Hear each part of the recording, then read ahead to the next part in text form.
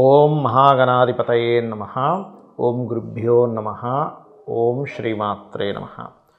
పరమేశ్వర స్వరూపమైనటువంటి జ్యోతిష, వాస్తు మరియు ఇతర అనేకమైనటువంటి శాస్త్రములను మనకు అందించినటువంటి మహర్షులకి నమస్కారం. హయగ్రీవ హయగ్రీవ హయగ్రీవేతియో వధేత్ తస్య నిస్సరతే వాణీ జహ్నుకన్యా ప్రవాహవత్. అరుణాం కరుణాతరంగితాక్షీం ధృతపాశాంకుశపుష్పబాణచాపాం అనిమాదిభిరావృతాం మయూకైః అహమిత్యేవ విభావయే భవానీం. శ్రీమాత్రే నమః. ప్రేక్షకులకి ఆ లలితాంబిక అమ్మవారి యొక్క అనుగ్రహం పరిపూర్ణంగా కలగాలని మనస్ఫూర్తిగా కోరుకుంటూ మనం ఈరోజు 1వ తేదీ నుంచి 7వ తేదీ డిసెంబర్ మాసంలో అసలు గ్రహస్థితి ఎలా ఉంది, ఎటువంటి ఫలితాలు జరగనున్నాయి, ఏ విషయాల పట్ల కాస్త జాగ్రత్తగా ఉండాలి అనేటువంటి విషయాలు తెలుసుకుందాం. ముందుగా చూసుకున్నట్లయితే ఇక్కడ గురువు వక్రించున్నాడు వృషభంలో. గురు శుక్రులకి పరివర్తన ఉంది 3వ తేదీ వరకు.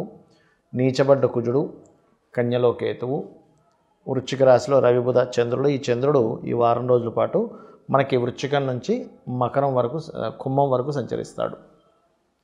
ధనస్సులో శుక్రుడు 3వ తేదీ వరకు ఇక్కడ ఉంటాడు. 3 నుంచి మకరంలోకి ఎంటర్ అవుతున్నాడు. మీనంలో రాహు.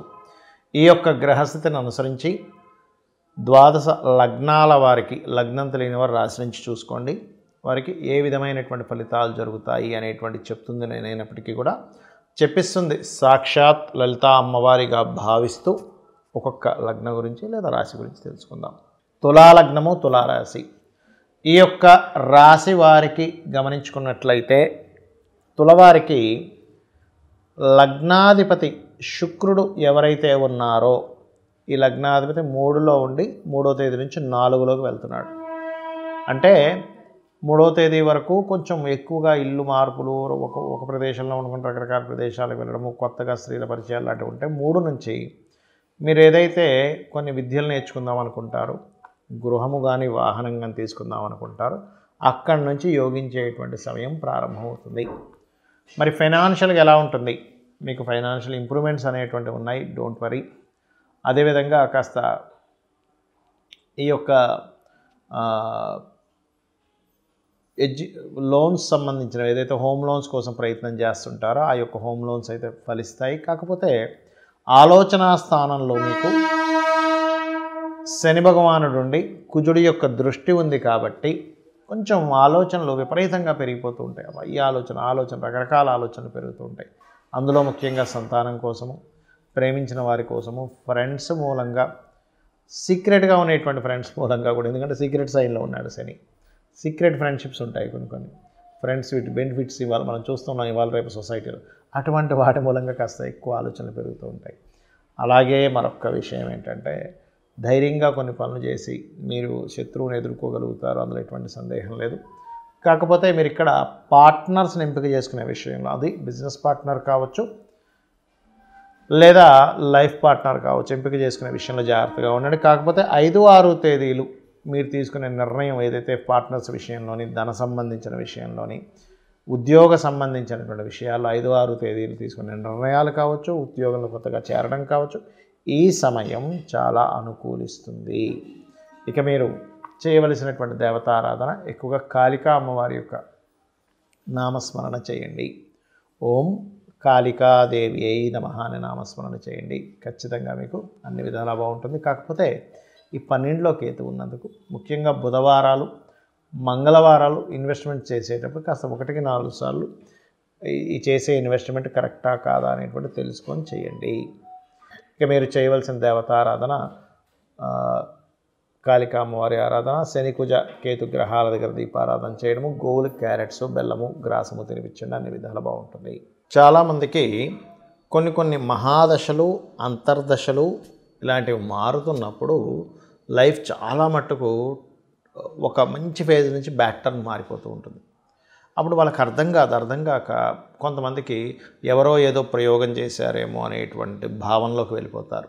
లేదా ఎక్కడో ఏదో తొక్కేనేమోనండి, అందుకే ఆ రోజు నుంచి ఇలా అయింది, దీనికి ఎలాగా అని సంశయిస్తూ ఉంటారు. మరి కొంతమంది కొంత ఆస్ట్రాలజీ మీద నాలెడ్జ్ ఉండేటువంటి వారు ఈ మహాదశ నడుస్తున్నటువంటిది మహాదశ మార్పు చెందింది లేదా అంతర్దశ మార్పు చెందింది అనేటువంటి తెలుసుకొని దానికి సంబంధించి దానం ఇస్తూ ఉంటారు. మరి జాతకం తెలుసు అనుకోండి, చక్కగా ఏ మహాదశ నడుస్తుంది, ఏ అంతర్దశ నడుస్తుందో తెలుసుకొని దానికి సంబంధించిన మార్పుల్ని గమనించి అది పాపగ్రహాలతో ఉందా శుభగ్రహాలతో కలిసి ఉందా అనేటువంటి చూసి మనం దానం ఇస్తాం. మరి కొంతమందికి జాతక చక్రం ఉండదు, కానీ ఎక్కడో ఏదో ఇబ్బంది అవుతూ ఉంటుంది. అలాంటప్పుడు గ్రహ సంబంధంగా ఎటువంటి పరిహార మార్గం చేసుకోవాలి. ఒకవేళ కొంతమందికి చూడండి గాలి ధూళి అంటూ ఉంటాను చూసారు, లేదా ఎవరో ప్రయోగం చేసిన అనుమానం ఉంటుంది. కానీ ఈ రోజుల్లో చాలా తక్కువ మంది ఉన్నారు అలా చేసేటువంటి వారు. ఆ సాధనలు చేసేవాళ్ళు కూడా చాలా తక్కువ మంది. అపోహలు ఎక్కువగా ఉంటాయి. ఏమీ జరగకపోయినా ఏదో జరిగిందేమో, ఎవరో ఏదో చేశారేమో అనేటువంటి అపోహ ఎక్కువగా ఉంటుంది జనాలకి. అయితే ఇక్కడ మొట్టమొదటిగా నేను చెప్పేది ఒకటి, మీకు ఒకవేళ కాలం అనుకూలించటం లేదు, గ్రహాల యొక్క స్థితిగతుల్లో ఏదో మార్పు వచ్చింది కానీ అంతు చిక్కట్లేదు అని అనుకునేటప్పుడు సింపుల్గా ఒకటే మార్గం, కొన్ని మార్గాలు చెప్తాను. అది సాత్వికమైనటువంటి మార్గాలు కొన్ని చెప్తాను. మొట్టమొదటిగా ఏమిటది అంటే, మీరు నిత్యము హనుమాన్ ఆలయానికి కానీ, అమ్మవారి ఆలయానికి కానీ, లేదా లక్ష్మీ నరసింహ ఆలయానికి కానీ, సుబ్రహ్మణ్యేశ్వర స్వామి ఆలయానికి కానీ, గణపతి ఆలయానికి కానీ వెళ్ళండి. మీరు లేదండి ఇవన్నీ కాదు నాకు వెంకటేశ్వర స్వామి ఆలయం దగ్గరగా ఉంది వెళ్ళండి, ఏమీ తప్పులేదు. కాలం అనుకూలించాలంటే ఈ కాలాన్ని నడిపించే ఎవరైతే భగవంతుడు ఉంటాడో అతన్ని ముందు మీరు ఆశ్రయించాలి. ఆశ్రయిస్తే ఏమవుతుందంటే మీకు అనిపించవచ్చు ఏమండి రోజు ఆలయానికి వెళ్ళి తిరగగానే వెంటనే నాకు అన్ని కోట్లు కలిసి వస్తాయా అని కాదు, గుర్తుపెట్టుకోండి. మీకు ఉన్న సిచ్యువేషన్ ఏదైతే ఉందో ఇన్ని రోజులు భయపడుతూ లేకపోతే ఎలాగ ముందుకు వెళ్ళాలని దిక్కుతోచని స్థితి నుంచి ఒక క్లారిటీ వస్తుంది. ఫస్ట్ ఆలయానికి వెళ్ళగానే వచ్చేది ఏంటంటే మీకు ఫస్ట్ అలా తిరుగుతూ ఉండగా మీకు ఒక క్లారిటీ ఆఫ్ మైండ్ వస్తుంది. నేను ఈ సమస్యని ఎలా ఎదుర్కోవాలి, ఒకటే గుర్తుపెట్టుకోండి ఎప్పుడు కూడా. ఈ సమస్య మీకు కొత్తగా ఏం రాలేదు, గతంలో చాలా కొన్ని వేల లక్షల మందికి వచ్చింది. ఆ వేల లక్షల మంది సఫర్ అయ్యారు, దాన్ని తీర్చుకోగలిగారు. ఎవరు తీర్చుకోగలిగారు? ధైర్యంగా నిలబడ్డటువంటి వ్యక్తి ఆ సమస్యను తీర్చుకోగలిగాడు, ఆలోచన చేయగలిగాడు. భయపడినప్పుడు సమస్య పోలేదు, దాన్ని ఆలోచించి ఉపాయం వెతుక్కున్నప్పుడు ఆ సమస్య పోయింది. గుర్తుపెట్టుకోండి ఇది. రెండవది ఏమనుకోవాలంటే ఈ సమస్యని నేను తీర్చుకోలేనంత అంటే నాకంత బలం లేదా, అసలు ఈ సమస్యకి కావాల్సినటువంటి ఉపాయం ఏమిటి అనేటువంటి దాన్ని నాకు అమ్మవారు వెనకాతలు తోడుంది కదా, నాకు భగవంతుడు తోడున్నప్పుడు నేను ఎందుకు తీర్చుకోలేనటువంటి దాంట్లోకి వెళ్ళాలి. అదేవిధంగా ఈ సమస్య ఎప్పటికి ఇలాగే ఉంటుందా, ఇంకా మారదా? మారుతుంది కదా, కాలం మారుతుంది కాబట్టి మారుతుంది. ఈ మూడు ఎప్పుడైతే మీకు మీరుగా ప్రశ్నలు వేసుకున్నారో, భగవంతుని పట్టుకున్నాడో సమస్య ఖచ్చితంగా తీరుతుంది. మీకు అర్థం కానప్పుడు మీకంటే పెద్దవాళ్ళు ఉంటారు, వాళ్ళని సంప్రదించండి. ఏమంటే నాకు ఈ సమస్య వచ్చింది, ఉద్యోగమో వ్యాపారమో ఇంకోటి వాళ్ళ అనుభవం ఉంటుంది, మంచి అనుభవజ్ఞులు, మంచి చెప్పేవాళ్ళు. అంతేగాని మిమ్మల్ని డిస్కరేజ్ చేసే వాళ్ళని అడగకూడదు ఎప్పుడు కూడా. మీకు మంచి చెప్పే వాళ్ళని సంప్రదించాలి. ఈ రకంగా క్లియర్ చేసుకోవచ్చు. ఇక మరి కొంతమందికి ఎలా ఉంటుందంటే ఈ గ్రహస్థితి ఇవన్నీ కాకుండా నాకేదో ధూళి తగిలిందండి, గాలి తగిలిందండి అంటూ ఉంటారు. అలాంటి వారు సింపుల్గా ఏం లేదు, గాన్గాపూర్ వెళ్ళండి.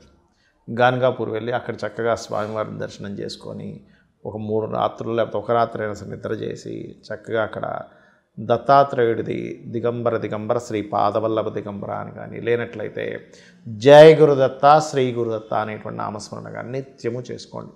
మీకు ఎటువంటి పిశాచ బాధలు కావచ్చు, ఎటువంటి బాధలు మీకు వచ్చాయని మీకు ఏమాత్రం అనిపించినా మీరు ఆ మంత్రం అనుకున్న క్షణం నుంచి అది దూరం అవ్వడం ప్రారంభమవుతుంది. గుర్తుపెట్టుకోండి ఇది. రైట్.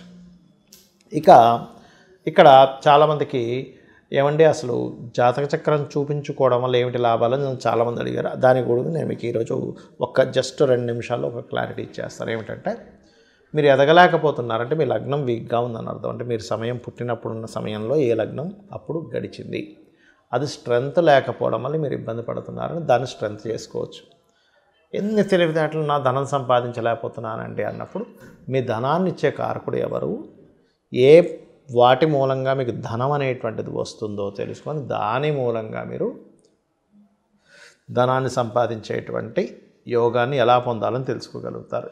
ఎందుకు ధనం పోతుంది, ఎక్కడ ధనం వస్తుంది, ఎప్పుడు ధనం ఇవ్వాలి, ఎప్పుడు ధనం ఇవ్వకూడదు అనేటువంటి జ్యోతిషాస్త్రంలో ఉంటుంది. ఎవరికైనా ధనం ఇస్తున్నా సరే గుర్తుపెట్టుకోండి. అదే విధంగా ఇన్వెస్ట్మెంట్స్ విషయంలో కూడా మీరు చేసే ప్రయత్నాలు కావచ్చు, మీరు మీ విద్యా సంబంధించిన విషయం కావచ్చు. చాలామంది కన్ఫ్యూజన్లో ఉంటారు, నేను ఏ కోర్స్ నేర్చుకుంటే నాకు బాగుంటుంది లైఫ్ అని. బాగుండడం అంటే ఏమిటి, రేపొద్దున ఈ కోర్సు మీకు ప్రొఫెషన్గా మారి మీరు నలుగురికి మంచి చేయడం, తద్వారా మీరు జీవనం సాగించడం. అలా కాకుండా హాబీస్గా ఉంటాయి. ఇప్పుడు గిటార్ నేర్చుకోవడము, మ్యూజిక్ నేర్చుకోవడం, అంటే కెరియర్గా తీసుకోకుండా కేవలం నేర్చుకుంటారు విద్యగా. దానికి మీరు మీ హాబీ బట్టి నేర్చుకోవచ్చు, దానికేం సంబంధం లేదు. కానీ ఒక కెరియర్గా మలుచుకోవాలి, నేను ఒక కోర్స్ తీసుకొని అన్నప్పుడు మాత్రం ఖచ్చితంగా మీరు అది ఏం కోర్స్ తీసుకుంటున్నారో తెలుసుకొని మీరు తీసుకోవాలి, గుర్తుపెట్టుకోండి. అదేవిధంగా దాన్ని జ్యోతిష్ శాస్త్రంలో ధనభావం ఎలా ఉంది, విద్యాభావం ఎలా ఉంది, ఇప్పుడు ఈ జాతకుడు చదవలేకపోతున్నాడు, ఇంట్రెస్ట్ చూపించలేకపోతున్నాడు అంటే కారణం ఏమిటి అనేటువంటి దాన్ని తీసుకొని మనం ముందుకు వెళ్ళచ్చు. అలాగే వివాహం ఎప్పుడవుతుంది, ఒక వ్యక్తికి ఉద్యోగం రాకపోవడానికి గల కారణం ఏంటి, వివాహ సమయం ఏంటి, విదేశాలకు వెళ్ళే యోగం ఉందా లేదా, ఇలా అనేకమైనటువంటి విషయాలకి ఆటంకం ఎందుకు కలుగుతుంది, ఆ ఆటంకం కలగడానికి పూర్వజన్మలో చేసుకున్న కర్మ ఏమిటి, దాన్ని ఎలా తగ్గించుకోవాలి, ఆ భగవంతుడు అమ్మవారి యొక్క పాదాలు ఎలా పట్టుకోవాలి అనేటువంటి విషయాన్ని మీకు కనుక తెలిసిందే అనుకోండి, ఈ జాతకం ఇవేమక్కర్లేదు, చక్కగా అమ్మవారి పాదాలు పట్టుకుంటారు, మీరు ధర్మంగా మీ పని మీరు చేసుకుంటూ వెళ్తారు. ఖచ్చితంగా అమ్మవారే మీకు అనుగ్రహిస్తుంది. శ్రీమాత్రే నమః.